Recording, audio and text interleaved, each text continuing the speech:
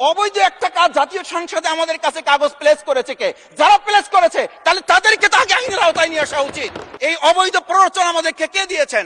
এটা তো আমরা জোর করে কেউকে ঘরের পকেট থেকে আমরা নিয়ে আসি নাই। মাননীয় স্পিকার, আমি তো বাউফল থেকে আমার এই মানে সংস্কারের শপথের জন্য আমি তো কাগজ বাউফল থেকে নিয়ে আসি নাই। 51% ফ্যামিলি কার্ডের পক্ষে ভোট দিয়েছে, আর আমাদের 70% তো জুলাই সনদের ভিত্তিতে রাষ্ট্র গঠনের পক্ষে ভোট দিয়েছে। খাল খননে গুরুত্ব দিলাম, ফ্যামিলি কার্ডে গুরুত্ব দিলাম, কৃষি কার্ডে গুরুত্ব দিলাম, আমরা আরো অনেক কাজে গুরুত্ব দিলাম। অথচ যেটার জন্য আজকে নির্বাচন করে আমরা এখানে নিজেরা কথা বলার সুযোগ পেলাম, সেই সংস্কার আমরা নজর দিতে পারলাম না কেন? মাননীয় স্পিকার, সন্তানেরা রাস্তায় দাঁড়িয়ে সেদিন কি প্ল্যাকার্ডে এটা লিখেছিল যে আমরা একটা ফ্যামিলি কার্ডের জন্য আজকে রাস্তায় দাঁড়িয়েছি?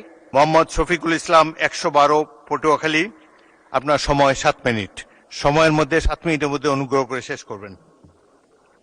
মাননীয় স্পিকার, আপনাকে ধন্যবাদ।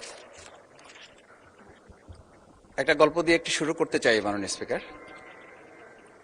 ছোট্ট গল্পটি হচ্ছে, রাজা তার উজিরকে বলে দিয়েছিল সকাল থেকে এটা কাজ করবা, এই কাজগুলো করবা।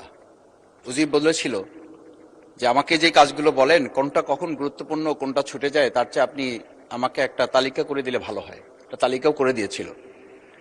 তালিকা দেখে দেখে সে কাজ শুরুই করেছিল। হঠাৎ করে রাজার মনে হলো সে একবার শিকারে যাবে। ঘোড়ার পেটে উঠে যখন রেকাবে পা ঢুকিয়েছে, রেকাবে পা ঢুকালে পা আটকে গিয়েছিল। পাটা যখন ছুটাতে পারছিল না তখন সে উজিরকে বারবার ডাকছিল, আমার পাটা এখান থেকে বের করে দাও। পাটা বের করতে যাচ্ছিল না উজির, কারণ উজির বারবার খুঁজছিল যে তালিকাটা করে দেওয়া হয়েছিল সেই তালিকার মধ্যে পা আটকে গেলে ওটা বের করে দেওয়ার বিধান ওখানে আছে কিনা। শেষ পর্যন্ত রাজার পা আর ওখান থেকে বের করা যায় নাই এবং রাজাকে মুক্ত করা সম্ভব হয় নাই বলে আমরা গল্পে জেনেছি। ঠিক আমার কাছে আজকে সংসদ এরকম একটা গল্পের মতো মনে হয়।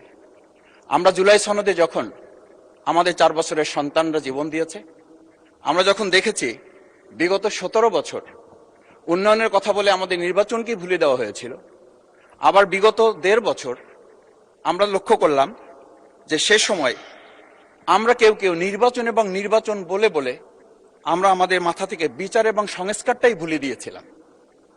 আবার এখন এসে আমরা দেখলাম যে আমাদের নখের কালি শুকাতে না শুকাতেই উন্নয়নের কথা বলে আমরা আবার জুলাই সনদটাকেই ভুলে দিতে বসেছি।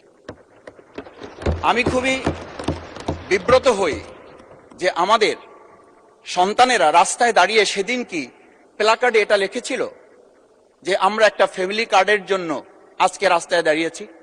সেদিন তারা দাঁড়িয়েছিল, মাননীয় স্পিকার, সেদিন তারা দাঁড়িয়েছিল, লেখা ছিল রাস্তাগুলোতে আমাদের সন্তানেরা বুকে গুলিবিদ্ধ হয়ে পা হারিয়ে চোখ হারিয়ে